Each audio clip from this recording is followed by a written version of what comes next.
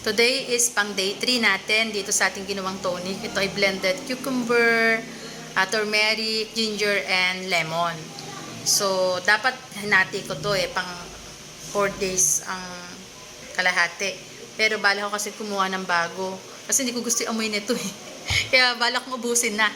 Gagawa ako mamaya ng bago for day 4, pero lalagyan ko na ng melon para mabango. Yung binanggit ko kahapon tungkol sa itchiness, na-confirm ko na hindi dahil dito. Kasi nung bandang gabi, ay nalaman ko doon sa aking anak na pati yung friends niya ay nagkaroon din ng mga kate-kate. Dahil galing nga kami sa gubat, nagtabas kami nung Saturday, Sunday. Kaya nung Monday, naramdaman ko after ko inumin to. Kaya hindi pala dito. Kaya I'm so happy, no? Ganun pa rin ang amoy. Amoy turmeric. So inumin na po natin. Ang fasting ko ay 15 hours. Last meal ko kagabi, alas 8 ng gabi, at ngayon ay 11:30 na. So, 15 hours yung aking fasting bago ko to ininom. Tapos nag-exercise ako kanina umaga ng 20 minutes. Ito na po.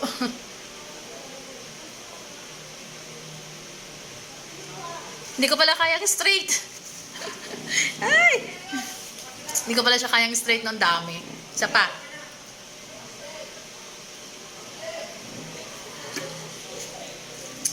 Ba't ganun?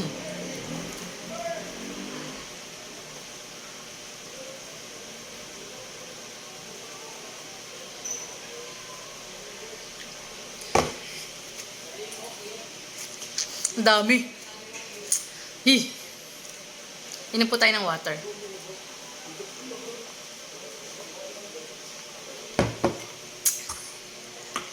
Hindi ko kaya ubusin. May sobra pa. Hindi na kaya.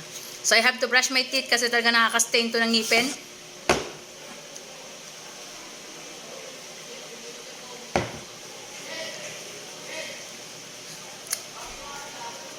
Manghang. So, magkilo tayo.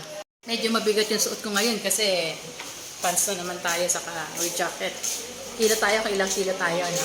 Yan, ang kilo natin as of today ay 63.5. Yan, 63.5.